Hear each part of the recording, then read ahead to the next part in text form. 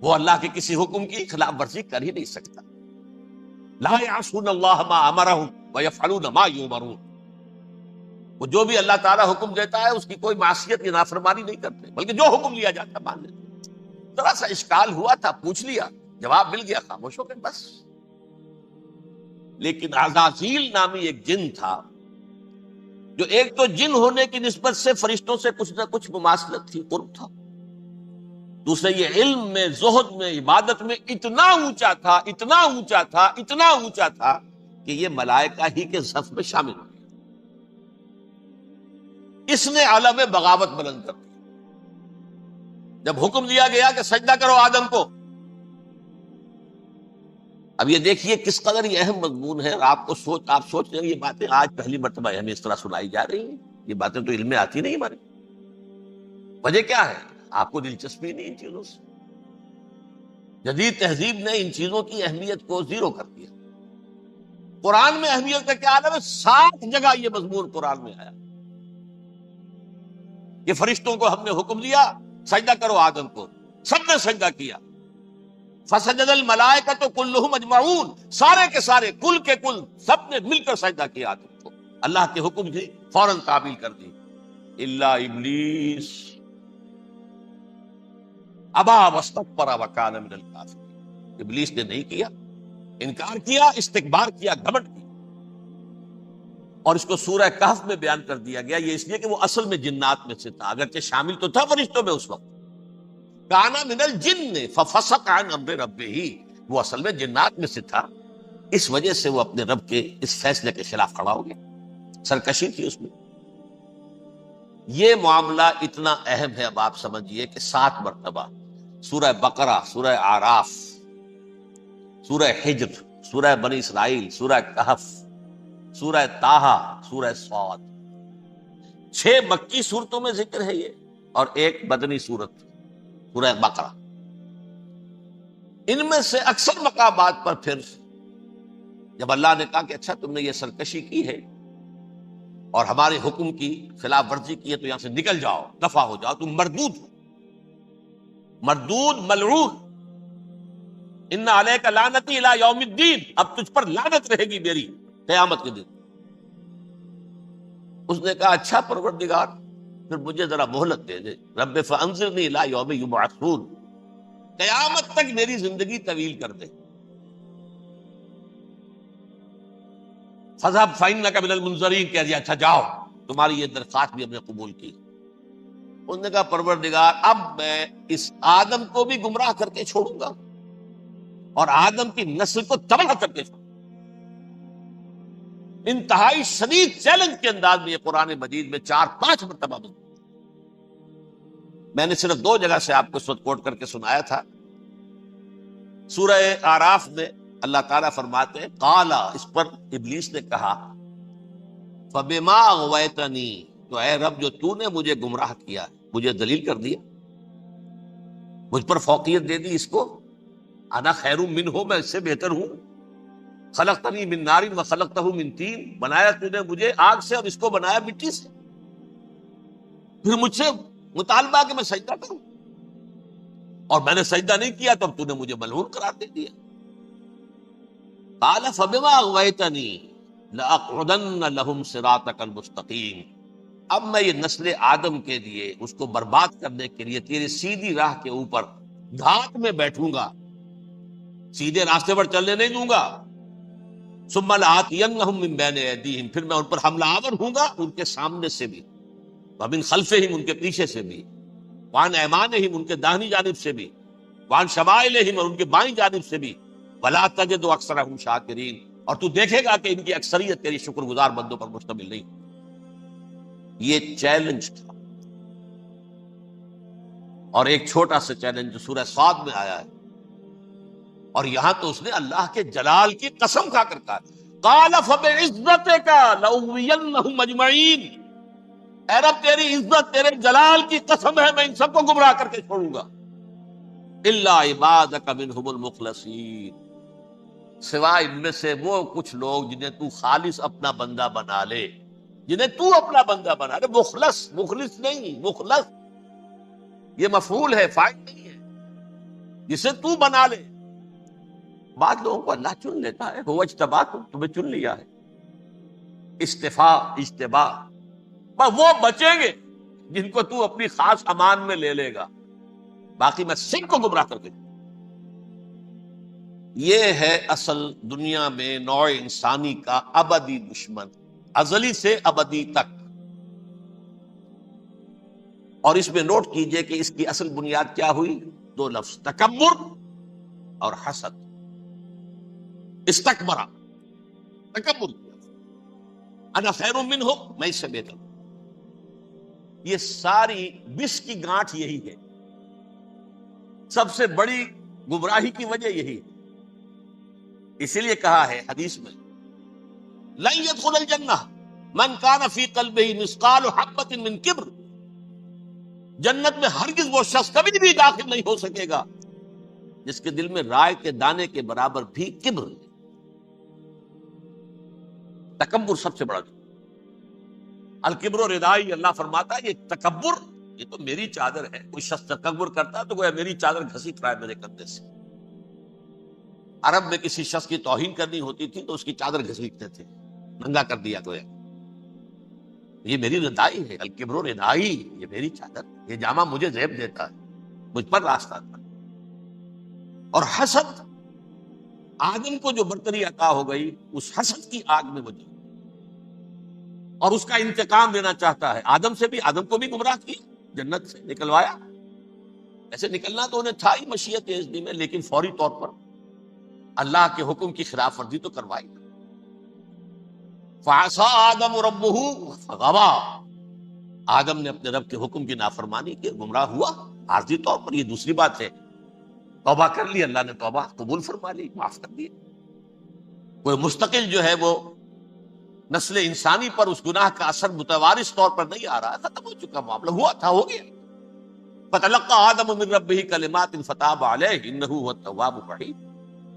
اور توبہ کی شان یہ ہے جب وہ قبول ہو جائے اللہ کی جناب میں، یا تائب من الذنب کمن لا ذنب له، گناہ سے توبہ کرنے والا ایسے ہوتا ہے جیسے اس نے کبھی گناہ کیا ہی نہیں تھا. لیکن بہرحال وہ گمراہ کرنے میں کامیاب ہو گیا، حضرت آدم اور حوا کو بھی. اور نوع انسانی کی عظیم اکثریت، عظیم اکثریت، عظیم اکثریت اس کے داؤ میں آئی ہوئی نہیں.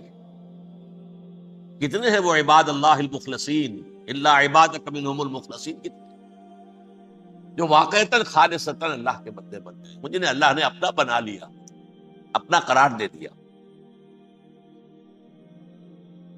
اب اس کے ساتھ نوٹ کیجئے، اس ابلیس کے ساتھ ایک فوج بھی ہے جسے قرآن مجید میں کہا گیا ہے کہ یہ اس کی پارٹی، حزب الشیطان. یہ اکیلا نہیں ہے، ایک تو وہ عزازیل ہے، اس کی طویل ترین عمر اللہ نے دے دی، وہ تو قیامت تک رہے گا. باقی بھی جنات جو ہیں ان کی نسل میں سے، یا اس کی نوع میں سے، اس کی نسل میں سے، جنات کی عمریں انسانوں کی عمروں سے زیادہ ہیں، بہت زیادہ ہیں. لیکن پھر بھی اتنی نہیں ہے. یہ خاص ہے اس کا معاملہ کہ اس نے کہا تھا رب انظرنی الی یوم یبعثون، مجھے دے دے مہلت اس وقت تک تاکہ میں ثابت کر کے دکھا دوں کہ جسے تو نے یہ خلافت دیا یہ اس کا اہل نہیں ہے. Let me prove this point. ولا تجد اکثرهم شاکرین، تو ان کی اکثریت کو شکر گزار نہیں پائے گا.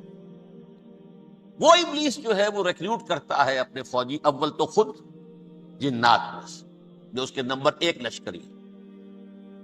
قرآن مجید میں اس کا اشارہ دیا گیا ہے، انہو یراکم ہوا وقبیلہ من حیث لا ترونہم.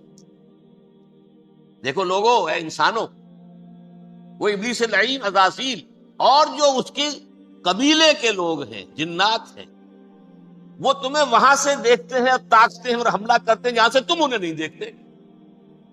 وہ غیر مرئی ہیں، انویزیبل ہیں، تمہیں نظر نہیں آتے. ویزیبل دشمن کا وار تو روک لو گے، انویزیبل کا کیسے روکو گے؟ انہو یراکم ہوا وقبیلہ، اکیلا ہی نہیں، وہ تو تمہیں تاکتا ہے، تم پر حملہ کرتا ہے، گھات میں لگ کر جو ہے تمہارے اوپر حملہ کرتا ہے، وہ بھی اور اس کے ساتھ اس کے قبیلے کے لوگ جنات بھی، من حیث لا ترونہم، جہاں سے کہ تم انہیں نہیں دیکھتے. لیکن اس کے علاوہ وہ انسانوں میں سے بھی ریکریوٹ، رنگ روٹ وہ برپا کر، وہ جو ہے ان کو اپنے پاس رکھتا ہے فوج کے اندر، جس کی سب سے بڑی مثال کیا ہے؟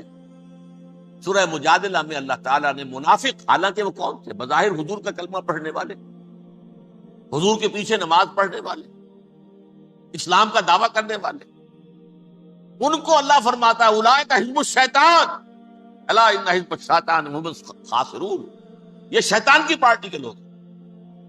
وہاں مقابلے میں آیا ہے اولئک حزب اللہ الا ان حزب اللہ هم المفلحون، یہ دو پارٹیاں ہیں، حزب اللہ اللہ کی پارٹی جو اس کے مخلص بندے ہیں وہ اللہ کی پارٹی، اور جو شیطان کے مرید بن گئے اس کے ہاتھ پر بیعت کر لی، لہذا وہ اس شیطان کی پارٹی کے لوگ ہیں، چاہے وہ انسان ہو چاہے جن ہو۔ تو انسانوں میں سے بھی اس کے حزب میں، اس کی پارٹی میں اس کے ایجنٹ ہیں، اور بہت، بلکہ بہت سے تو ایسے ہیں کہ جو جنات کے بھی کان کتر دیں، ان کو بھی شیطنت سکھا دیں، پڑھا دیں۔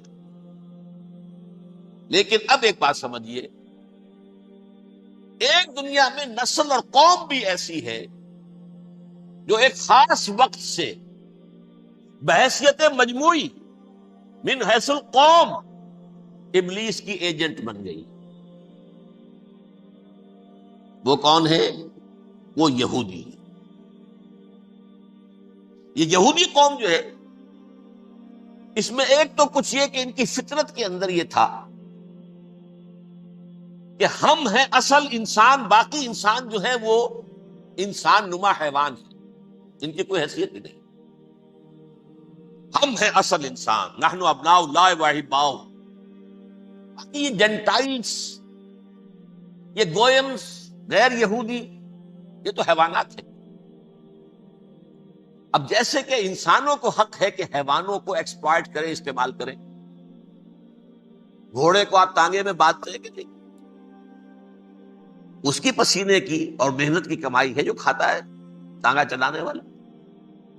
البتہ یہ ضرور ہے کہ چونکہ اگلے روز پھر جوتنا ہے تو کچھ نہ کچھ تو اسے بھی کھلائے گا نا، اپنی کمائی میں سے کچھ دانے کھلائے گا، کچھ اور گھاس دے گا، یا بیل کو جوتنا ہے ہل میں، کچھ نہ کچھ اس کو دیتا ہوگا کھانے، لیکن پھر اسے استعمال کرنا۔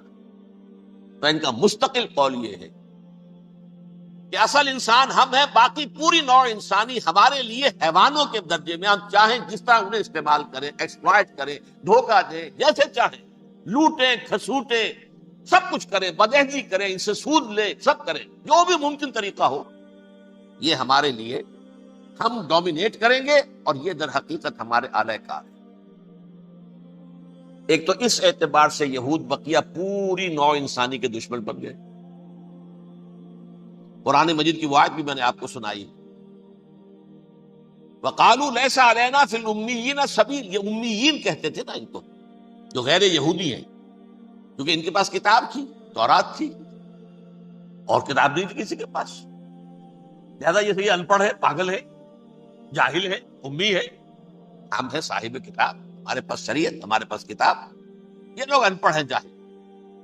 لیس علینا فی الامیین سبیل، ان امیین کو ہم لوٹیں، کھسوٹیں، دھوکہ دیں، فریب سے جو کریں، چوری کریں، ڈاکہ ڈالیں، جیب کے قطرے، جس طرح بھی کریں ہمارے لیے جائز ہے، ہمارے اوپر کوئی گرفت نہیں ہوگی۔ اللہ تعالیٰ ہم سے یہ نہیں پوچھے گا تم نے جھوٹ کیوں بولا تھا اس کے ساتھ، تم نے وعدہ خلافی کیوں کی تھی اس کے ساتھ، تم نے کیوں دھوکہ دیا تھا اس کو، تم نے کیوں اس کا مال جو ہے غبن کر لیا تھا، ہڑپ کر لیا، نہیں، ہم پر پوچھ نہیں۔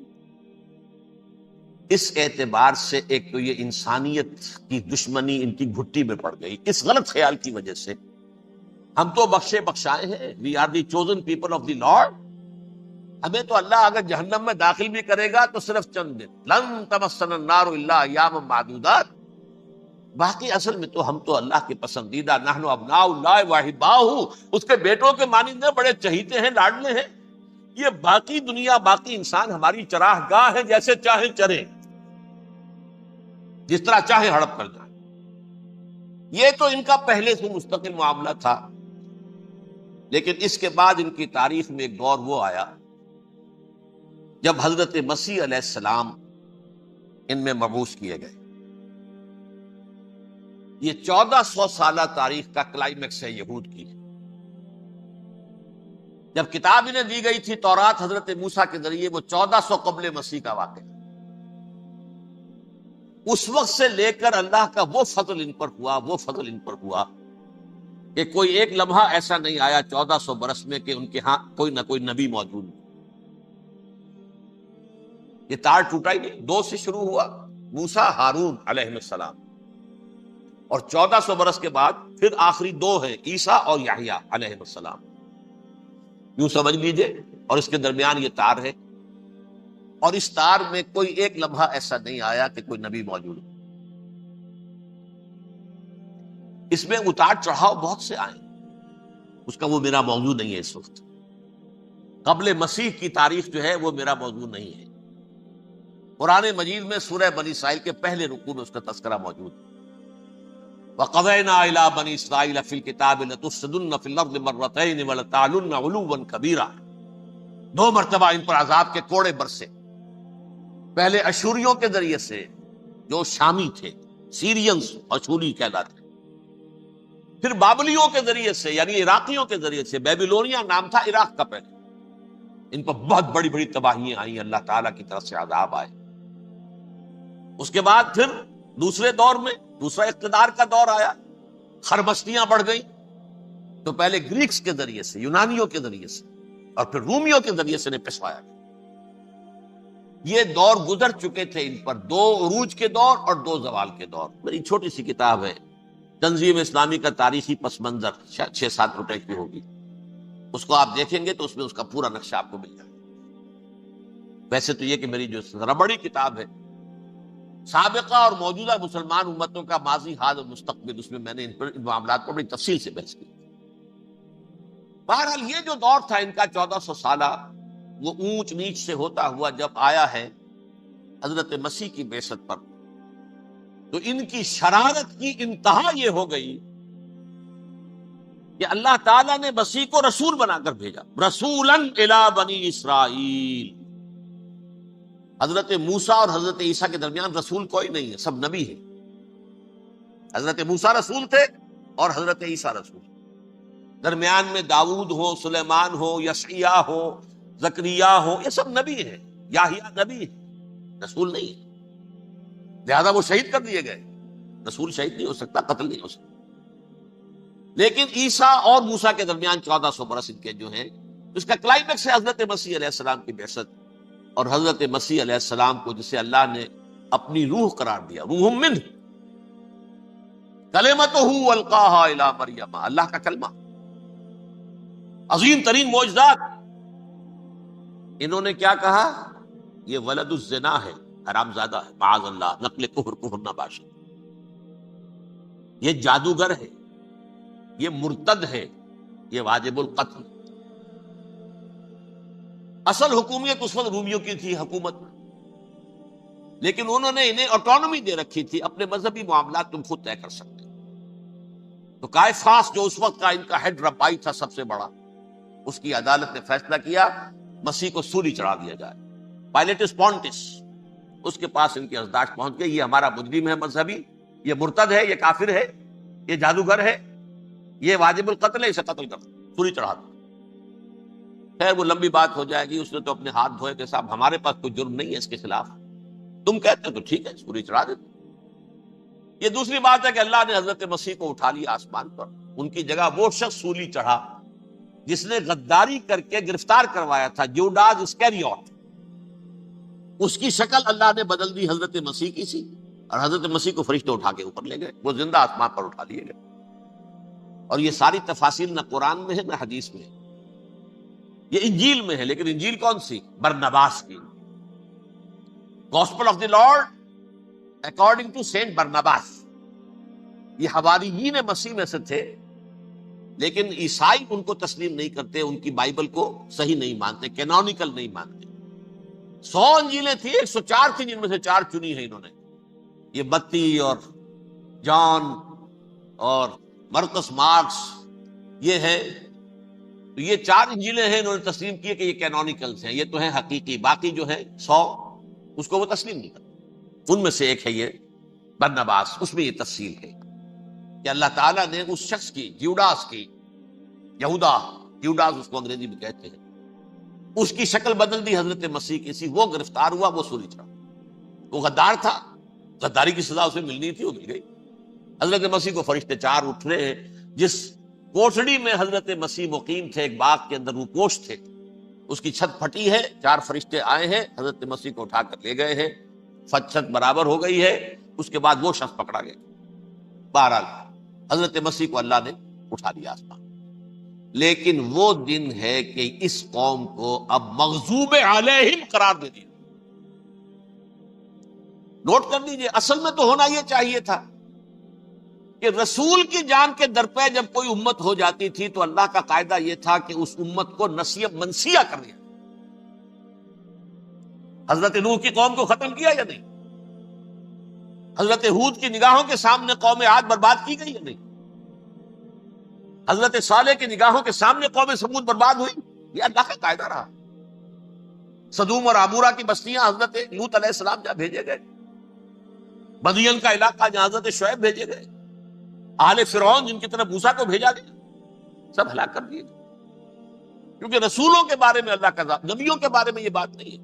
نبی آیا، اس نے دعوت دی، جس نے مان لیا اچھا کیا، اپنے لیے اچھا کیا، نہیں مانا اس کی اپنی جو ہے آخرت برباد ہو گئی، دنیا میں کوئی فیصلہ اس کا نہیں۔ لیکن رسولوں کا معاملہ یہ ہوتا ہے کہ دنیا میں وہ اللہ کی عدالت بن کر آتے ہیں، مانو گے تو بچو گے، نہیں مانو گے ہلاک۔ تو اس اعتبار سے وہ مستحق تو ہو چکے تھے اس کے کہ انہیں ہلاک کر دیا جائے۔ اب اللہ کی کوئی خصوصی مشیت ہے، اس میں کیا حکمت ہے، وہ ہے ایک حکمت، میں بعد میں اگر وقت ہوا تو بتاؤں گا۔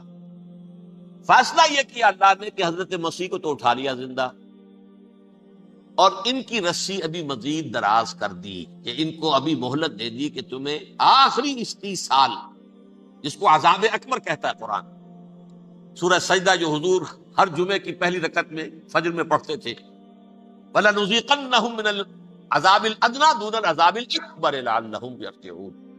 چھوٹے چھوٹے عذاب اور ایک بڑا عذاب، جبکہ قوم بالکل برباد، نسیم منسیہ، کأن لم یغنوا فیہا، ایسے ہو جائیں جیسے کوئی تھے ہی نہیں آبادیاں، لا یرا الا مساکنہم، اب ان کے مسکن نظر آتے ہیں، مکین نظر نہیں آتے۔ یہ عذاب اکبر جو ہے وہ ان پر نہیں آیا، حالانکہ وہ مستحق ہو گئے تھے اسی وقت۔ اس کو یوں سمجھیے کہ کسی شخص کو پھانسی کا حکم تو ہو جائے، ایگزیکیوشن نہیں ہوتا ہے، کئی سال گزر جاتے ہیں پڑے ہوئے، اور معاملات جو ہیں وہ چلتے رہتے ہیں۔ یہ معاملہ ہوا اس کے ساتھ، ورنہ یہ مستحق ہو چکے تھے آخری بربادی تباہی کے، عذاب استیصال، جڑ سے کاٹ دینے والا عذاب، وہ آ سکتا تھا ان پر اسی وقت، لیکن اللہ نے ان کی مہلت دراز کی۔ لیکن اس کے بعد اللہ نے ان کو ایک اور موقع دیا، 600 برس بعد حضرت مسیح کے، محمد الرسول اللہ صلی اللہ علیہ وسلم کی بعثت کی۔ اور یہ میں سمجھتا ہوں کہ اس قوم پر اللہ کا اتنا بڑا فضل تھا، اتنا بڑا فضل تھا، اتنا بڑا فضل تھا۔ اب پھر ایک موقع دیا، عسیٰ ربکم ان یرحمکم وان عدتم عدنا، دیکھو اب بھی تمہیں ہم ایک موقع دے رہے ہیں، تمہارا رب تمہارے اوپر اب بھی فضل کرنے کو تیار ہے، رحم فرمانے کو تیار ہے۔ ان ھذا القرآن یہدی للتی ہی اقوم، اس قرآن کے سائے میں آ جاؤ، یہ شاہدرا ہے ہدایت میں آنے کا، اس میں داخل ہو جاؤ، محمد کی تصدیق کرو صلی اللہ علیہ وسلم، دامن محمدی میں آ جاؤ، اب بھی ہم تمہارے گناہ بخش دیں۔ لیکن نہیں، اس قوم نے حضرت محمد صلی اللہ علیہ وسلم کی دشمنی کی کمر کسی، اور اب یوں سمجھیے اس تاریخ سے لے کر آج تک یہ گٹھ جوڑ ہے۔ ظاہر بات ہے کہ ابلیس کا بھی اصل دشمن اب کون ہے، یا ہدف کون ہے، ٹارگٹ کون ہے؟ جنہوں نے محمد کو نہیں مانا صلی اللہ، وہ تو ہے ہی جہنمی، ان پر کوئی اور محنت کرنے کی ضرورت کیا ہے؟ سمجھ رہے میری بات؟ حضور کی بعثت کے بعد جنہیں حضور کو رد کر دیا، ان پر ایمان نہیں لائے، وہ کون ہے؟ کافر، وہ جہنمی ہے ہی ہے۔ لہذا اس کے اوپر کوئی محنت صرف کرنے کی ابلیس کو ضرورت نہیں، اس کا اصل ٹارگٹ امت محمد ہے صلی اللہ علیہ وسلم۔ وہ ساری نوع انسانی کی دشمنی اب آ کر مرکوز ہو گئی ہے امت محمد صلی اللہ علیہ وسلم کی دشمنی۔ اور اسی طرح یہود کا معاملہ، اگرچہ ویسے پوری نوع انسانی کے دشمن ہیں، انہیں حیوان سمجھتے، ان کی جان مال اپنے لیے مباح سمجھتے، جس طرح چاہے لوٹے کھسوٹے کھائے پیے ہی نہیں، لیکن اب ان کی بھی دشمنی کا سب سے بڑا مرکز امت محمد. کیوں؟ وہی تکبر اور حسد، وہی بیماریاں. انہیں تکبر یہ ہو گیا تھا کہ 2000 سال سے یہ نبوت ہماری میراث، ہماری جاگیر. بنو اسرائیل کے اندر سینکڑوں نبی آئے، 3 کتابیں اللہ نے ہمیں عطا کی. یہ کہاں سے آ گیا محمد صلی اللہ علیہ وسلم؟ معاذ اللہ ثم معاذ اللہ. یہ امیین میں سے، یہ جنٹائل میں سے، یہ گوئنز میں سے، یہ حقیر ان پڑھ. کہاں یہ نہیں تسلیم کریں.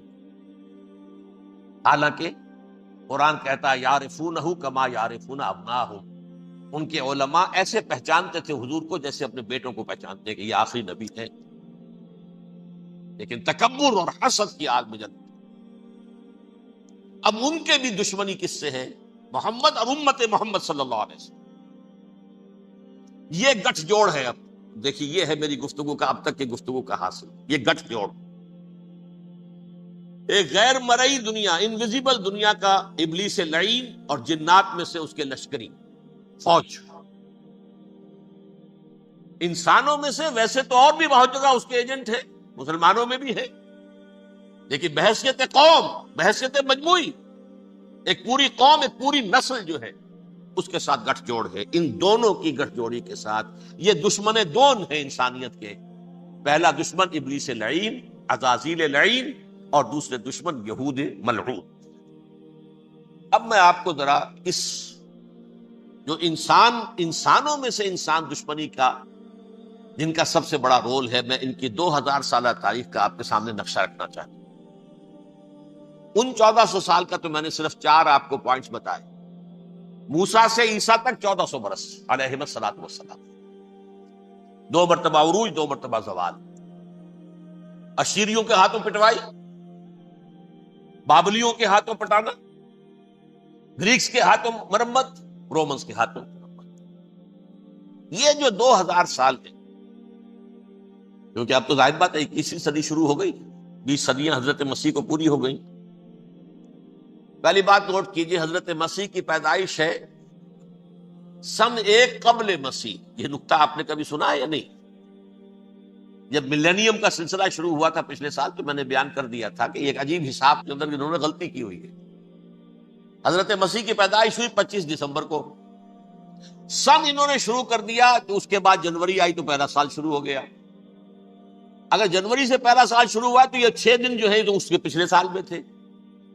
لہذا کہا جائے گا کہ Jesus Christ was born 1 year before Christ, BC. تو 1 قبل مسیح میں حضرت مسیح کی پیدائش ہوئی. یہ آخری اسرائیلی نبی اور رسول. یہودی علماء کی مخالفت، دشمنی، سولی پر چڑھوا دینا میں بیان کر چکا ہوں. سن 33 عیسوی میں جبکہ حضرت مسیح کی عمر 33 برس تھی، اللہ تعالیٰ نے انہیں زندہ آسمان پر اٹھایا. لیکن یہودیوں نے اپنے خیال کے مطابق انہیں سولی پر چڑھوا دیا. ان کی موت واقع. اگرچہ اس کے بعد یہ اختلاف ہے ان میں. یہودی کہتے ہیں وہ سولی پر چڑھ گیا، ختم ہوا، مر گیا. عیسائی کہتے ہیں نہیں، انتقال ہوا ہے مسیح کا صلیب پر، لیکن پھر وہ دوبارہ زندہ ہو گئے. ان کی لاش ایک غار میں رکھ دی گئی تھی، وہاں ریزریکشن ہو گیا، ان کا باعث بعد الموت وہی ہو گیا، اور پھر انہیں اللہ نے زندہ آسمان پر اٹھا دیا. تو ہمارے اور عیسائیوں کے درمیان نوٹ کر لیجئے یہ چیز مشترک ہے کہ حضرت مسیح آسمان پر زندہ اٹھائے گئے. فرق کیا ہے؟ وہ سمجھتے ہیں کہ سولی دیے گئے، سولی پر مرے، پھر زندہ ہوئے، پھر گئے. ہم سمجھتے ہیں کہ نہیں، وما صلبوہ وما قتلوہ، انہوں نے نہ صلیب دے سکے انہیں اور نہ انہیں قتل کر سکے، بل رفع اللہ الیہ، اللہ نے اٹھا لیا. پھر ہمارا اور یہ اس کا عیسائیوں کا ایک اور اتفاق ہے، سیکنڈ کمنگ آف جیسس، حضرت مسیح دوبارہ آئیں گے. یہ عیسائیوں کا بھی عقیدہ ہے اور ہمارا بھی. بہرحال تو جیسا کہ میں نے عرض کیا کہ اس وقت یہ عذاب استیصال، عذاب اکبر کے مستحق ہو چکے تھے، لیکن اللہ نے ان کی مدت دراز کی ہے. لیکن ان پر دنیاوی عذاب کا ایک کوڑا جو ہے اللہ تعالیٰ کی طرف سے اسی وقت برسا. دنیاوی عذاب دنیا میں رہتے ہوئے ختم نہیں کیا. 37 برس بعد حضرت مسیح کے رفع سماوی کے 37 برس بعد سن 70 میں یہودیوں نے بغاوت کی رومیوں کے خلاف. رومی ٹائٹس جنرل تھا ایک، اس نے پھر جو حملہ کیا ہے 1,33,000 یہودی ایک دن میں قتل کیا یروشلم، اور ہیکل سلیمانی گرا دیا. وہ ہیکل پہلے بھی گرا تھا، پہلے 1400 سال کے دوران میں بھی نبوکدنضر نے گرایا تھا، لیکن پھر اس کے 150 سال بعد انہوں نے دوبارہ بنا لیا تھا، اس لیے وہ اسے سیکنڈ ٹیمپل کہتے ہیں. پہلا ٹیمپل جو حضرت سلیمان نے بنایا تھا نبوکدنضر نے گرا دیا 587 قبل مسیح میں، پھر دوبارہ انہوں نے 150 سال کے بعد بنا لیا. وہ اس تاریخ کا حصہ ہے میں نے جس کے بارے میں آپ کو تفصیل نہیں بتائی.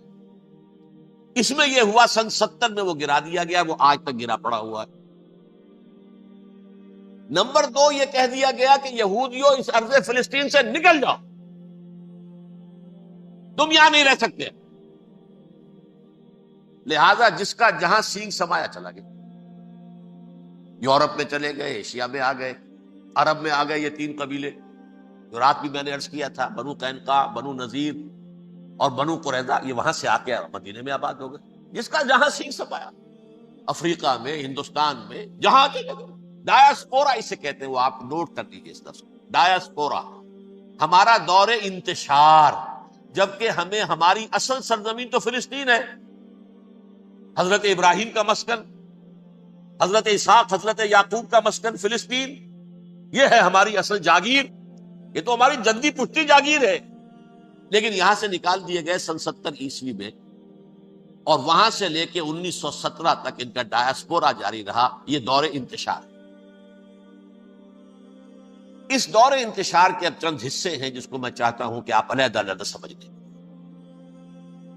دور انتشار کا جو پہلا جو ہے تقریباً 300 برس رومی حکمران تھے. وہ یہودیوں کے بھی دشمن تھے اور عیسائیوں کے بھی دشمن تھے. عیسائی اور یہودی ایک دوسرے کے بھی دشمن تھے، لیکن رومی سمجھتے تھے کہ یہ ایک ہی تھیلی کے چٹے بٹے ہیں. رومیوں کے نزدیک عیسائی بھی یہودیوں ہی کا ایک فرقہ تھے، کوئی علیحدہ مذہب تو تھا ہی نہیں. لہذا رومی جو ہیں رومنز، وہ ان دونوں کو ستاتے تھے، مارتے تھے، اور یہ آپس میں لڑتے تھے. یہودی عیسائیوں کو مارتے تھے، عیسائی یہودیوں کو مارتے تھے. یہ ہے 300 برس تک کی تاریخ. سن 300 عیسوی میں کیا ہوا؟ ایک معجزہ ہو گیا. بہت عظیم ایمپرر کانسٹینٹائن، قسطنطین اعظم، رومن ایمپررز میں سے بہت بڑا ایمپرر، وہ عیسائی ہو گئے. اب تو معاملہ بالکل تلپٹ ہو گیا، پوری سلطنت عیسائی ہو گئی. اب عیسائیوں کے عیش ہو گئے اور یہودیوں پہ مار پڑنی شروع ہوئی. اب عیسائیوں کا آپ خود سوچئے کہ جنہیں وہ خدا بنا بیٹھے ہیں، خدا کا بیٹا قرار دے رہے ہیں، ان کے قاتل کون؟ یہودی بدماش. لہذا ان کی وہ پٹائی شروع ہوئی ہے یورپ میں، پوری رومن امپائر میں. انہیں ذلیل کیا گیا، شہروں میں آمد بند، علیحدہ رہو، گھیٹوز کے اندر رہو. یہودی کا نام جو ہے وہ گالی بن گیا، جیسے آج بھی یہودی گالی کہتے ہیں، جیسے خنزیر کا نام. آخر وہ بھی اللہ کی مخلوق ہے، لیکن آپ کو معلوم ہے کوئی شخص زبان پر نام نہیں لانا چاہتا خنزیر کا، سور کا. ہے تو مخلوق، وہ بھی ایک حیوان ہے. ایسے ہی یہ ہے یہودی گالی، جیوٹ گالی. لہذا ایک طرف تو ان دونوں کے درمیان دشمنی، جس کو قرآن کہتا ہے وَأَغْرَيْنَا بَيْنَهُمُ الْعَدَاوَةَ وَالْبَغْضَاءَ، ہم نے ان کے مابین دشمنی جو ہے پیدا کر دی. اور جب یہ پوری سلطنت عیسائی ہو گئی تو قافیہ تنگ ہو گیا یہودیوں کا. اب آئیے 571 عیسوی، یعنی جب کہ ڈایاسپورا کو کتنا عرصہ ہو چکا تھا؟ 500 برس. سن 70 سے شروع ہوا نا ڈایاسپورا، جب ٹائٹس نے گرایا ہے ہیکل کو اور نکال باہر کیا انہیں فلسطین سے. بھاگ جاؤ، یہاں ایک یہودی بھی نہیں رہے گا، فلسطین سے نکال دیے. اس کے پورے 500 برس بعد سن 571 عیسوی میں حضور کی پیدائش ہوئی، ولادت باسعادت محمد رسول اللہ صلی اللہ علیہ وسلم۔ 610 میں آپ پر وحی کا آغاز ہوا، لیکن حضور کے ساتھ ان کا معاملہ کیا رہا؟ اول تو جبکہ حضور ابھی مکے ہی میں تھے، یہودیوں نے ریشہ دوانیاں شروع کر دی حضور کے خلاف۔ قریش مکہ کو سکھاتے تھے، پڑھاتے تھے، ان سے یہ پوچھو، ان سے یہ پوچھو، انہیں اس طرح تنگ کرو، ان سے یہ امتحان لو، یہ آپ کے علم میں ہے۔ سورہ بنی اسرائیل میں، سورہ کہف میں وہ سوالات، جو امتحانی سوالات آئے تھے، ذوالقرنین کون تھا، اصحاب کہف کون تھے، تم رسول بنے پھرتے ہو تو بتاؤ، اور یہ روح کی حقیقت کیا بتاؤ۔ یہ ساری ریشہ دوانیاں کر رہے تھے بیٹھے ہوئے، ابھی وہیں پر حضور ابھی پہنچے بھی نہیں۔ ہجرت فرما کر حضور تشریف لے آئے تو حضور نے، جسے ماسٹر سٹروک کہا جائے گا، یعنی اسٹیٹس مین شپ کا ماسٹر سٹروک، آپ نے مدینے میں آتے یہودیوں کے ساتھ پیکٹ کر دیا، جوائنٹ ڈیفنس پیکٹ آف مدینہ، کہ اگر مکے والے ہم پر حملہ کریں گے تو ہم مل جل کر ایک قوم کی حیثیت سے مقابلہ کریں گے۔ یہ میثاق مدینہ کہلاتا ہے، جس کے بہت غلط معنی پہنائے جا رہے ہیں آج کل۔ بہرحال میں موضوع میرا چونکہ یہ نہیں، میں ادھر نہیں جاؤں گا، لیکن ہوا کیا، ہر مرتبہ یہ خیانت کے مرتکب ہوئے، ان نے جو عہد کیے تھے ان سے پھرے، اندر ہی اندر سازش، ریشہ دوانی، حضور کی بدترین دشمنی۔ سورہ نساء کی آیت نمبر 12 میں، 14 میں، 13 میں فرمایا ہے، لا تزال تطلع علی خائنۃ منہم، اے نبی ہمیشہ آپ کے علم میں ان کی طرف سے خیانتیں، بددیانتیاں آتی رہیں گی، اور بار بار وہ مسلسل جنگ کی آگ بھڑکاتے تھے، قریش کو دعوت دیتے، آؤ آؤ آؤ، ہم اندر سے بغاوت کر دیں گے، تم آؤ تو صحیح، ختم کریں محمد کو اور اہل ایمان کو صلی اللہ علیہ وسلم رضی اللہ تعالی عنہ اجمعین۔ لیکن پھر جب وہ آتے تھے تو یہ دبک جاتے تھے، ان میں ہمت نہیں تھی، میدان کے مرد نہیں رہے تھے۔ یہ سورہ حشر میں ان کا نقشہ کھینچا گیا ہے، کھلے میدان میں مقابلے کی اس کے اندر صلاحیت ہی نہیں۔ یہ تو فصیلوں کے پیچھے سے، جیسے عورتیں کہیں دیہات میں لڑائی ہوتی ہے تو مرد جو ہے گلیوں میں لڑتے ہیں، عورتیں اوپر سے پتھر پھینکتی ہیں، بس وہ کام یہ کر سکتے تھے، من ورائے جدر، فصیلوں کے پیچھے سے، جنگ میں میدان میں نہیں آ سکتے۔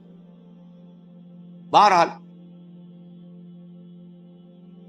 قرآن مجید میں ہے یہ، سورہ مائدہ کی آیت نمبر 64، کلما اوقدوا نارا للحرب اطفاها اللہ، اکثر و بیشتر مواقع پر تو یہ جب آگ بھڑکاتے تھے جنگ کی، اللہ اسے بجھا دیتا تھا۔ لیکن بہرحال اس کے باوجود جنگیں ہوئی، غزوہ بدر، غزوہ احد ہوئی کہ نہیں، یہ ساری اس اصل شرارت میں، اور اس کے نتیجے میں حضور نے پھر ایک ایک کر کے 3 قبیلوں کو سزا دی۔ غزوہ بدر کے فوراً بعد بنو قینقاع نکالے گئے، غزوہ احد کے فوراً بعد بنو نذیر نکالے گئے، اور غزوہ احزاب کے بعد بنو قریظہ نکال دیے گئے۔ یہ تو میں نے آپ کے سامنے رکھ دیا صرف حضور کے زمانے میں ان کا کیا رویہ رہا، دشمن۔ رات بھی ہم نے وہ آیت پڑھی تھی، لَتَجِدَنَّ أَشَدَّ النَّاسِ عَدَاوَةً لِلَّذِينَ آمَنُوا الْيَهُودُ وَالَّذِينَ أَشْرَكُوا، اہل ایمان کی دشمنی میں شدید ترین تم پاؤ گے یہودیوں کو اور مشرکین بھی بعد میں ہیں، پہلے یہودی۔ حضور کے بعد کیا ہوا اب یہ نوٹ کیجئے، یہ ان کی تاریخ کا دوسرا دور۔ حضرت عمر رضی اللہ تعالیٰ عنہ کا عہد خلافت ہے، بیت المقدس کا محاصرہ کیا گیا، فصیل بڑی اونچی، شہر اندر سے سیلف سفیشینٹ، حملے کا راستہ کوئی نہیں، محاصرہ طول کھینچ رہا ہے، لیکن ان کے پاس رسد بھی موجود ہے، پانی بھی موجود ہے، وہ دروازے بند کر کے بیٹھے ہوئے۔ بالآخر اللہ تعالیٰ کی مشیت کا ظہور کیسے ہوا، ان کے کچھ علماء آئے فصیل پر، کہا دیکھو مسلمانوں، تم قیامت تک بھی یہاں پڑے رہو گے محاصرہ کر کے، ہمارا یہ شہر فتح نہیں ہوگا۔ ہاں ایک درویش بادشاہ کے ہاتھوں یہ شہر فتح ہونا ہے، لیکن تمہارے اندر ہمیں وہ نظر نہیں آ رہا۔ ابو عبیدہ بن الجراح رضی اللہ تعالی عنہ، امین هذه الامہ، تو فوراً ذہن گیا، وہ درویش بادشاہ مدینے میں بیٹھا ہوا ہے، عمر رضی اللہ تعالی، اب ایک اور عمر بھی ہے جو قندھار میں بیٹھا ہے، نقشہ وہی ہے، سادگی کی حد تک نقشہ وہی، بالکل وہی، اپنی آنکھوں سے دیکھا وہی سادگی۔ عمر اول عمر ثانی تھے عمر بن عبد العزیز، اب ایک اللہ کے فضل سے اللہ تعالیٰ ایدہ اللہ بنصرتہ، اللہ تعالیٰ ان کی نصرت فرمائے، دشمنوں کو ان کے مقابلے میں نیست و نابود کرے۔ انہوں نے ریکویسٹ بھیج دی کہ حضور تشریف لائیے، یہ شہر فتح ہو جائے گا۔ وہ ہے سفر تاریخی، اتنا طویل سفر، تقریباً 700 میل، ایک اونٹ، ایک خادم، ایک منزل میں امیر المومنین اوپر بیٹھے، خادم آگے چل رہا ہے، اگلی منزل پہ خادم اوپر بیٹھا ہے، امیر المومنین آگے جا رہا ہے۔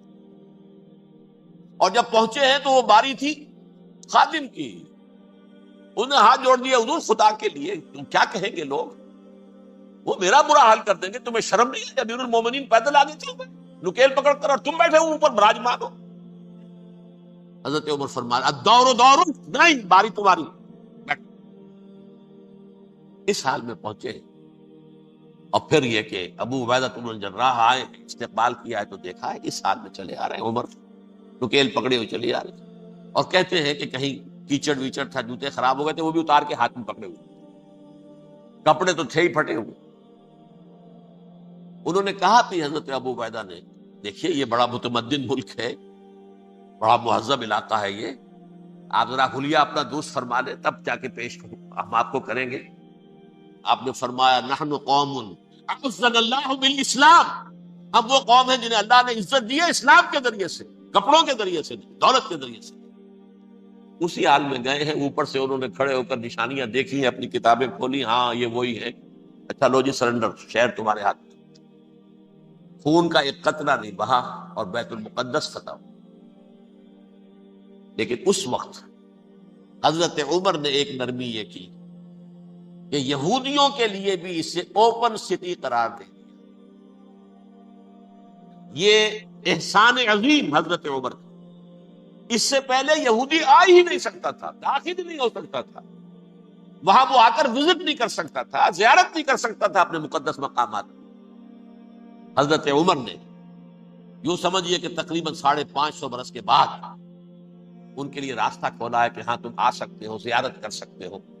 لیکن یہ عیسائیوں نے لکھوایا معاہدے کے اندر، انہیں یہاں آپ آباد ہونے کی اجازت نہیں دیں گے، لیکن کم وزٹ دی پلیسز، دیکھیں زیارتیں کریں اور جائیں۔ یہ معاہدہ حضرت عمر کا ہے رضی اللہ تعالیٰ، جو پھر خلافت راشدہ کے بعد بنو امیہ نے بھی اس کو آرڈر کیا، بنو عباس نے کیا، پھر جو ہمارے یہ ترکوں میں اندر خلافت آئی تو ترک خلفاء نے بھی اس معاہدے کی پوری پابندی کی۔ فلسطین میں آ سکتے ہیں یہودی صرف زائرین کی حیثیت سے، وہاں آباد نہیں ہو سکتے۔ اب آئیے اگلا دور آیا حضرت عثمان کا دور خلافت۔ یہ ہے وہ وقت کہ اب یہود نے امت مسلمہ کی پیٹھ میں چھرا کر، وہ کیسے؟ ایک یہودی عبداللہ ابن سبا اسلام کا لبادہ اوڑھ کر آ گیا، معاشرے کا جائزہ لے لیا، ان میں بنو ہاشم اور بنو امیہ میں جو پرانی کشاکش تھی اس کے کچھ نہ کچھ جراثیم باقی ہیں، اگر ان کو ذرا بھڑکا دے تو مسلمانوں میں انتشار پیدا ہو۔ کہا یہ عثمان کون ہے؟ یہ تو بنو امیہ میں سے ہے، یہ حق تو بنو ہاشم کا ہے، خلافت ان کے پاس ہونی چاہیے، محمد کے تو رشتہ دار وہ ہے صلی اللہ علیہ وسلم۔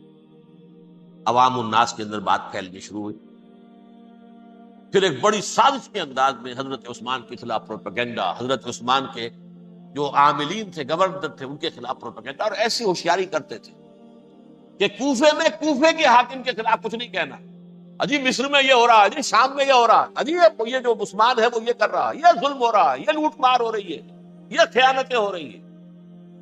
اب نہ تو اس زمانے میں مینز آف کمیونیکیشن، کیسے تصدیق کریں؟ افواہیں تو آپ آج کراچی کے اندر شروع ہو جائے تو پتہ نہیں چل سکتا کسی کو کہ کیا اس میں صداقت ہے کیا جھوٹ ہے، اور بری بات جو ہے فطرت انسانی کی کمزوری ہے، وہ فوراً قبول کرتا ہے، کسی کے بارے میں اچھی بات ماننے کو تیار نہیں ہوتا، لیکن بری بات تو فوراً۔ بہرحال یہ فتنہ انہوں نے اٹھایا، حضرت علی کی الوہیت کا فتنہ اٹھایا، حضرت عثمان کے خلاف الفتنۃ الکبریٰ برپا کیا، حضرت عثمان شہید ہوئے، اس کے بعد 5 برس تک مسلمان ایک دوسرے کی گردنیں کاٹتے رہے، باہمی خانہ جنگی ہوئی، امت کو وہ زخم لگایا ہے جو آج تک جس سے خون رس رہا ہے۔ یہ شیعان عثمان اور شیعان علی تھے جو بعد میں پھر سنی اور شیعہ ہو، اور آج تک فتنہ کس نے جگایا؟ ایک عبداللہ ابن سبا یہودی اور اس کے کارندے، شیطان کا ایجنٹ، اور انسانوں میں سے بھی اس کے جو بھی حواریین تھے اور شیطانوں کے اندر سے بھی تھے، انہوں نے بھی اس آگ کو بھڑکایا۔ یہ آپ سوچ لیجئے کہ یہ کس نے وہ زخم لگایا؟ یہودی۔ اگلا دور آیا، خلافت راشدہ ختم ہوئی، بنو امیہ کا بھی دور کافی گزر گیا۔ طارق ابن زیاد 712 عیسوی میں حملہ کرتے ہیں اسپین پر۔ اسپین اس وقت عیسائیت کا بہت بڑا گڑھ، بڑے کٹر ترین عیسائی جو ہے وہ اسپین میں تھے، لہذا یہودیوں کی وہاں بہت پٹائی ہوتی تھی، میں بتا چکا ہوں، دشمنی تھی چلی آ رہی تھی عیسائیوں کے ہاتھوں یہودیوں کی، وہ تو سن 300 عیسوی سے ایمپرر کانسٹنٹائن کے بعد سے شروع ہو گئی تھی۔ اس حوالے سے یہودیوں نے اس وقت چالاکی یہ برتی، کچھ راستے واسطے بتائے، کچھ مدد کی طارق ابن زیاد کی۔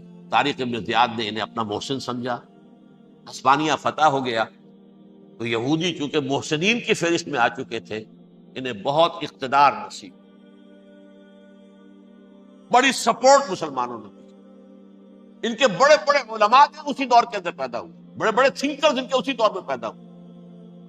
بن گوریون جو کہ ایک وزیر اعظم تھا اسرائیل کا، اس نے یہ لکھا اپنی کتاب میں، Muslim Spain was the golden era of our diaspora.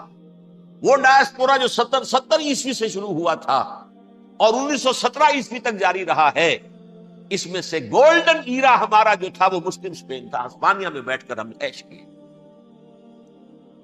لیکن وہاں سے انہوں نے اور جو کچھ کیا، یہ تو داستان کے جو بہت سے گوشے ہیں، لیکن میں جس اسٹریٹ لائن میں چل رہا ہوں اس کے اعتبار سے ایک بات سمجھ لی، وہاں بیٹھ کر انہوں نے اب عیسائیت کی پیٹھ میں چھرا گھونپا، پروٹیسٹنٹ مذہب پیدا کیا، تقسیم کر دیا، جیسے شیعہ سنی کی تقسیم، عبداللہ ابن سبا، رومن کیتھولک اور پروٹیسٹنٹ کی تقسیم، یہودی علماء۔ ہوتا کیا تھا؟ ہسپانیہ کی یونیورسٹیاں ہیں، کارڈووا میں ہے، ٹولیڈو میں ہے، گریناڈا میں ہے، غرناطہ، قرطبہ، تولیتلا، اور وہاں آتے تھے لوگ، فرانس سے چلے آ رہے ہیں نوجوان پڑھنے کے لیے، جرمنی سے چلے آ رہے ہیں، اٹلی سے چلے آ رہے ہیں، 3 ہی ملک قریب ترین پڑھتے ہیں سینٹرل جو یورپ کے ہیں۔ یہاں پر جو ہے وہ اسلام جو نور پھیلا رہا تھا اس سے بھی مستفیض ہوئے، جہالت کے جو ہے پردے ان کے وہ چھٹے، اس کے ساتھ ہی وہ یہودی وہاں ان کے اندر جو جراثیم داخل کر رہے تھے، وہ اس عیسائیت کے خلاف بغاوت تھی جو اس وقت دنیا میں عیسائیت اس وقت تھی۔ پوپ کا راج تھا دنیا میں اس وقت، یورپ میں جو عیسائیت تھی اس میں ایک طرف بادشاہ تھے، لیکن بادشاہوں کی حیثیت وہاں پر یوں سمجھ لیجئے کٹ پتلیوں کی تھی، اصل قوت پوپ کے ہاتھ میں۔ اور پوپ کو انہوں نے جیسے قرآن نے کہا اتخذوا احبارهم ورهبانهم اربابا من دون اللہ، کیونکہ سینٹ پال نے شریعت موسوی ساقط کر دی تھی تو اب شریعت تھی ہی نہیں، پوپ کو اختیار تھا جس چیز کو چاہے حلال قرار دے دے، جس چیز کو چاہے حرام قرار دے۔ اتخذوا احبارهم ورهبانهم اربابا من دون اللہ۔ انہوں نے کہا صاحب یہ پوپ کس بلا کا نام ہے، یہ بھی انسان ہے۔ بات تو ٹھیک تھی نا، اصل حیثیت تو کتاب کی ہونی چاہیے، ڈیوائن بک، ریویلڈ اسکرپٹ، لہذا یہ کتاب ہر شخص پڑھ سکتا ہے۔ کوئی پوپ کے باپ کو جو ہے کوئی اس کے لیے پروپرائٹری رائٹس تو نہیں ہے کہ صرف پوپ پڑھ سکتا ہے یا پادری پڑھ سکتے ہیں، ہم بھی پڑھ سکتے ہیں، ہم بھی سمجھ سکتے ہیں۔ یہ باتیں تھی کہ جن کو بڑھا چڑھا کر بیان کر کے اور پوپ کا اقتدار ختم کرا دیا اور توجہ مرکوز کر دی بائبل کی طرف۔ اب بائبل میں بڑا حصہ تو اولڈ ٹیسٹامنٹ کا ہے۔ نتیجہ کیا ہوا؟ یہود کی عظمت پروٹیسٹنٹس کے نزدیک مسلم ہو گئی۔ اصل قوم تو یہ ہے، وہ دشمنی بدلی کہ نہیں بدلی؟ موسیٰ کے امتی یہ ہے، تورات موسیٰ کو دی گئی، ابراہیم کی نسل یہ ہے. لہذا وہ جو دشمنی تھی، جو عداوت تھی کہ ہمارے خدا کو سوری چڑھانے والے ہیں یہ بدماش، اس کا ازالہ ہوا اس پروٹسٹنٹ مذہب کے نتیجے میں. یہ میں اب آپ کو بتاتا ہوں کہ ایک نتیجہ وہ نکلا ہے جسے برٹرنڈ رسل نے بیان کیا. اس کی کتاب ہے ان پریز آف آئیڈلنس، صفحہ 108. وہ لکھتا ہے دی Christians retaining the Judaic belief in a special revelation added to it the Roman desire for worldwide domination and the Greek taste for metaphysical subtleties. The combination produced the most fiercely persecuting religion that the world has yet known. یہ تین چیزیں آ کر عیسائیت میں مل گئی. ایک تو جب یہ اولڈ ٹیسٹمنٹ جو ہے وہ ان کے ہاتھ میں آ گئی، اور اس کے میں کچھ آپ کو بتا دیتا ہوں کہ اولڈ ٹیسٹمنٹ کی تعلیمات، کیونکہ یہ اولڈ ٹیسٹمنٹ جو ہے یہ محرف تھی. اصل تورات تو گم ہو گئی تھی 587 قبل مسیح میں، جب پہلی مرتبہ ہیکل جو ہے تباہ ہوا ہے، اس وقت ختم ہو گئی. اس کے کوئی 150 سال کے بعد انہوں نے یادداشتوں سے مرتب کر کے لکھی ہے. اب اس میں ان کے اپنے خیالات، اپنے امانی، اپنی توجیحات وہ شامل ہو گئی. لہذا آپ ذرا میں آپ کو حوالے دیتا ہوں. اس کتاب کے اندر مظالم کی جو تعلیم دی گئی ہے، اہل کتاب نے اپنے مظالم قتل عام کے جواز کے لیے تورات میں تبدیلیاں کی اور پیغمبروں پر دہشت ناکی اور بدترین حرام کاری کے الزامات لگائے. سنیے، پہلا حوالہ ہے یہ گنتی باب 31 آیات 17-18. اس لیے ان بچوں میں جتنے لڑکے ہیں سب کو مار ڈالو، اور جتنی عورتیں مرد کا منہ دیکھ چکی ہیں ان کو بھی قتل کر ڈالو، لیکن ان لڑکیوں کو جو مرد سے واقف نہیں اور اچھوتی ہیں اپنے لیے زندہ رکھو. یہ کسی اللہ کی کتاب کا یہ جملہ ہو سکتا ہے؟ کسی ریویل بک کا؟ اور سنیے، یہ ہے استثناء ڈیٹرانومی باب 20 آیت 16-18.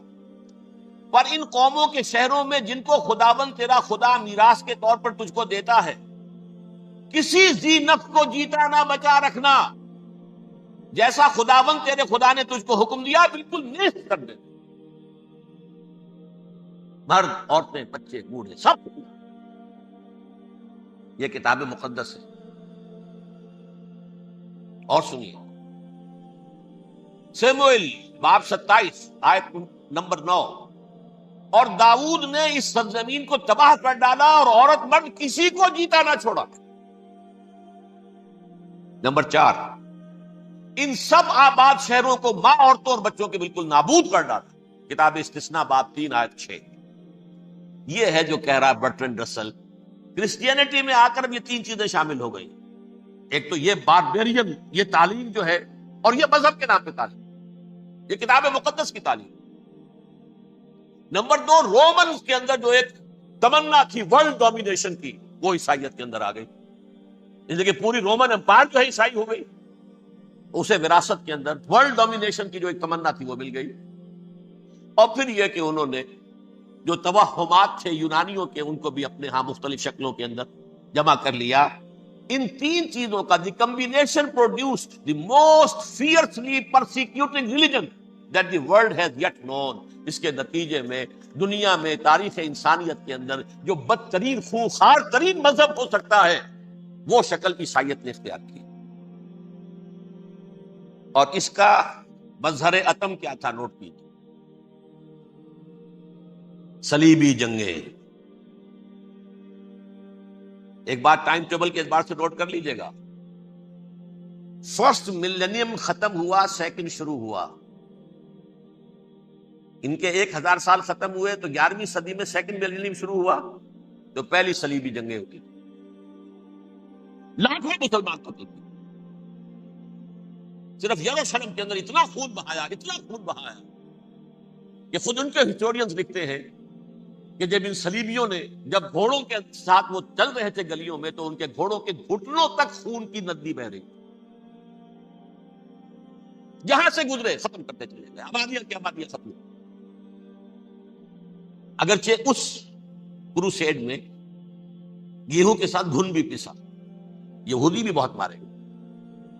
یہ فرانس سے، جرمنی سے جب یہ کروسیڈرز آ رہے تھے 3000 میل کا سفر طے کر کے آئے تھے، سوچئے تو صحیح۔ اربن ثانی پوپ جو تھا، آگ لگا دی تھی اس نے پورے یورپ کے اندر، شرم سے ڈوب مرو، تمہارے مقدس علاقے مسلمانوں کے ہاتھ میں، انفیڈلز، یہ کافر، یہ مرتد، یہ ملحد۔ مسیح جہاں پیدا ہوا، مسیح کو جہاں سولی دی گئی، وہ کہاں ہے؟ ان کے ہاتھ میں۔ وہ آگ لگائی ہے، 3000 میل کا فاصلہ طے کر کے یہ دو قومیں آئی ہیں، اب تو تباہی مچائی ہے۔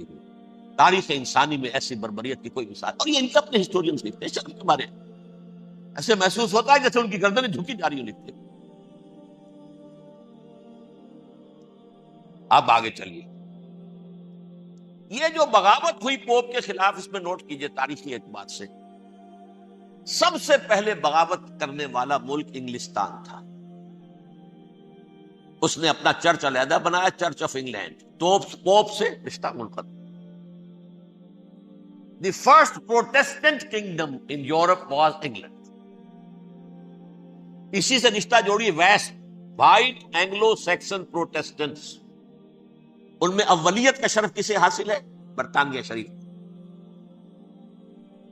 یہاں پر انہوں نے اب ایک بہت بڑا جو کارنامہ کیا، پوپ کی گرفت کم ہوئی یورپ پر سے، پروٹیسٹنٹ مذہب کا فروغ ہوا، تو انہوں نے سود کی اجازت حاصل کی۔ جب تک پوپ کی حکومت تھی سود حرام تھا، نو ٹرانزیکشن، نہ انٹرسٹ نہ یوزری، کچھ بھی نہیں۔ پروٹیسٹنٹس کے ذریعے سے سود کی اجازت حاصل کرتی، اس کے بعد بڑے بڑے بینک بنا کر بیٹھ گئے، House of Rothschilds, House of Goldsmiths, یہ عمران خان صاحب کے جو خسر جو تھے، گولڈ سمتھ، بینکرز، بڑی بڑی فیملیز۔ ان لوگوں نے کیا کیا؟ اب ریشہ دوانیاں، یورپ میں مختلف ملکوں کے درمیان جنگیں کروائیں سازشوں کے ذریعے سے، وہی کلما اوقدوا نارا للحرب، جنگ کے لیے آگ بھڑکا دینا تو ان کا پرانا مشغلہ تھا، جنگیں کرواتے تھے۔ پھر فرانس کے بادشاہ کو بھی قرض چاہیے اسلحہ کے لیے، انگلستان کے بادشاہ کو بھی قرض چاہیے، ہاؤس آف راس چائلڈز کا ایک نمائندہ وہاں بیٹھا ہے، ایک یہاں بیٹھا ہے، اور منہ مانگے شرح پر سود کے اوپر قرض دے رہے ہیں۔ ان کو سب کو جو ہے، ان کے سارے مالی مسائل کھینچ لیے، دولت پر قبضہ کر کے بیٹھ گئے، اور اس کا نتیجہ یہ نکلا چند 100 سالوں کے اندر کہ فرنگ کی رگے جاں پنجے یہود میں، اس سودی نظام کے ذریعے سے دولت پر ان کا قبضہ۔ علامہ اقبال 1905 سے 1908 تک رہے تھے، لیکن یہ کہ ان کی نگاہ تھی ایسی، گاہ میری نگاہ تیز چیر گئی دلے وجود، گاہ الجھ کے رہ گئی میرے توہمات میں، اور انہوں نے دیکھا ہے کہ فرنگ کی رگے جہاں پنجے یہود میں ہے۔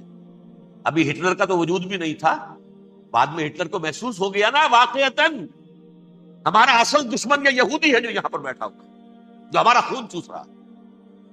آخر یوں ہی تو نہیں، دماغ اس کا ایسے تو خراب نہیں ہو گیا، یہ قتل عام، یہ ہولوکاسٹ کس لیے؟ اس نے پہچان لیا، اس لیے کہ وہ ویسٹ نہیں تھا، وائٹ اینگلو سیکسن پروٹیسٹنٹس، اصل جادو جو چلا وہ ان پر چلا، اور برطانیہ ان کا سب سے بڑا جو ہے وہ پشت پناہ، مددگار، حامی۔ اس کے ساتھ ساتھ انہوں نے کوشش کی، یہ ترک خلفاء بیچارے، مرد بیمار تو بن ہی چکا تھا یورپ کے اندر، زوال سے دوچار ہو چکی تھی ترکی خلافت، انہوں نے بھی محل بنائے تھے، آج تجھ کو بتاتا ہوں تقدیر امم کیا ہے، شمشیر و ثنا اول، طاؤس و رباب آخر، بڑے بڑے قرضے لے کر محل بنے تھے یہ، جو آج جا کر آپ استنبول میں دیکھ لیجئے، قرضوں کے اندر بندھے ہوئے۔ لیکن یہ کہ کم سے کم یہ ضرور کیا کہ بڑی سے بڑی رشوت انہیں یہودیوں نے پیش کی کہ کسی طرح ہمیں فلسطین میں آباد ہونے کی اجازت دے دو،